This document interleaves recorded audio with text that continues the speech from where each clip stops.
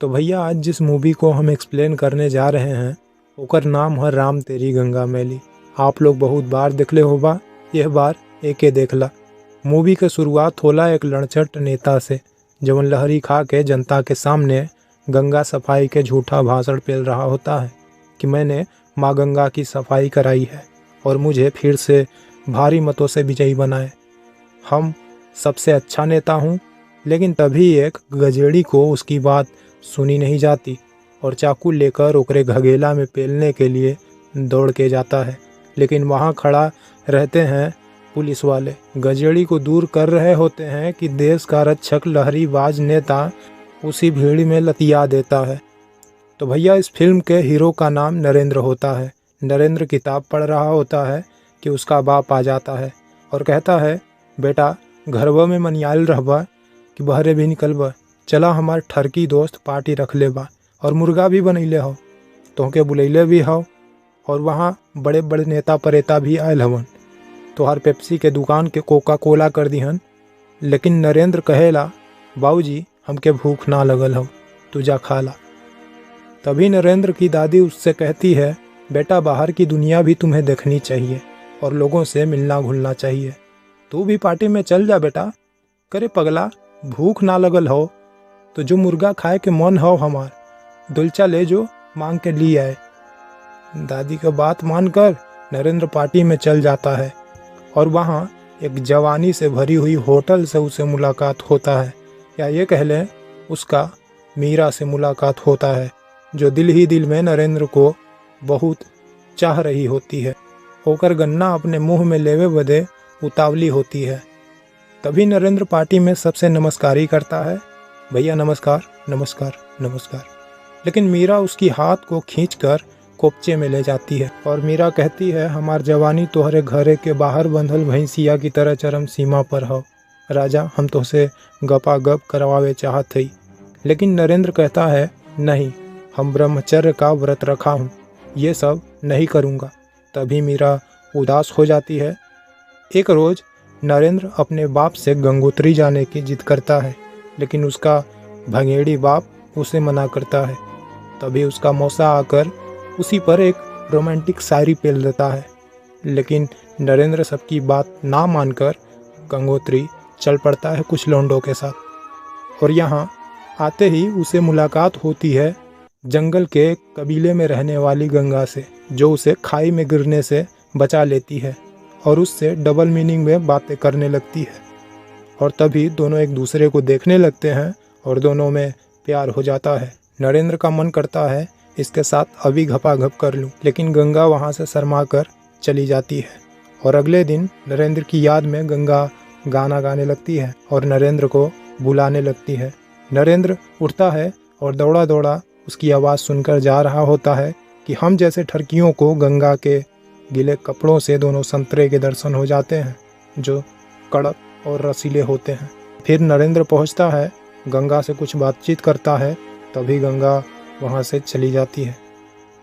जनाब, यहाँ इनके कबीले में एक रिवाज होता है जो सदियों से चला आ रहा होता है। कुछ लौंडे चारों तरफ बैठते हैं, जिसमें कबीले की लड़कियां जिन्हें पसंद करती है उसके गले में माला पहनाकर उससे शादी कर लेती हैं। और इसमें लौंडों को महबूब के दोनों बारूद और खाई हमेशा के लिए मिल जाते हैं। नरेंद्र भी बैठ जाता है और ये इसमें से कुत्ते के झाड़ जैसा इंसान गंगा के जाते में अपना बेलन हिलाने के लिए बहुत कई दिन से गांड घिस रहा होता है। लेकिन गंगा जानती है ये नल्ला मुझे स्वर्ग नहीं दिखा पाएगा और नरेंद्र का ये बेलन लेना चाहती थी और गंगा माला नरेंद्र के गले में डाल देती है।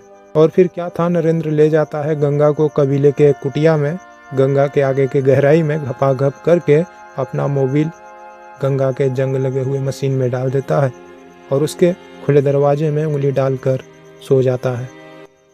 और कुछ दिन बाद नरेंद्र गंगा के कबीले को छोड़कर अपने शहर वापस लौट जाता है और नरेंद्र का बेवड़ा बाप मीरा के साथ सगाई करने के लिए लाइट की व्यवस्था किया होता है। नरेंद्र ये सुन के कि मेरा बाप मीरा से सगाई करने वाला है, नरेंद्र अपनी दादी को गंगा के बारे में बता देता है और ये बात सुनकर दादी को हार्ट अटैक का दौरा पड़ता है और दादी मर जाती है। और फिर ये बात नरेंद्र किसी को बता नहीं पाता है और नरेंद्र का बाप दोबारा नरेंद्र को कहीं जाने भी नहीं देता। और यहाँ गंगा कबीले में कुछ महीने बाद पोस्ट मास्टर से कहती है, मैं पेट से हूँ। ये बात जब पोस्ट मास्टर सुनता है तो खुशी के मारे गंगा के माथे को चूम लेता है और गंगा नरेंद्र का बहुत इंतज़ार करती है, लेकिन नरेंद्र वापस नहीं आता। आज गंगा को एक बच्चा पैदा होता है जो बिल्कुल नरेंद्र की तरह होता है। सभी बहुत खुश होते हैं और खुशी में पोस्ट मास्टर सभी कबीले वालों को मिठाइयाँ बांटता है। कुछ महीने बीतते हैं, गंगा बहुत इंतज़ार करती है नरेंद्र का, फिर भी नरेंद्र नहीं लौटता है। तब उसको एक खत मिलता है जिसमें उसका पता होता है। गंगा खुद निकल पड़ती है उस पते पर अपने बच्चे को लेकर नरेंद्र को ढूंढने के लिए। और यहाँ नरेंद्र अपने मौसा को भेजता है गंगा को लाने के लिए। लेकिन मौसा जब यहाँ आता है तो पोस्ट मास्टर कहता है कि गंगा अभी अभी बस से चली गई। और मौसा सभी बस का चेक इन करता है, लेकिन गंगा नहीं मिलती। और यहाँ गंगा जब बस से उतरती है तो उसे एक छिनाल मिलती है जो स्टेशन के नाम पर गंगा को कोठे पर ले जाती है और गंगा को कुछ पैसे लेकर बेच देती है। और कुछ रंडीबाज उसके साथ रात बिताने के लिए अपना मूल्य लगाने लगते हैं।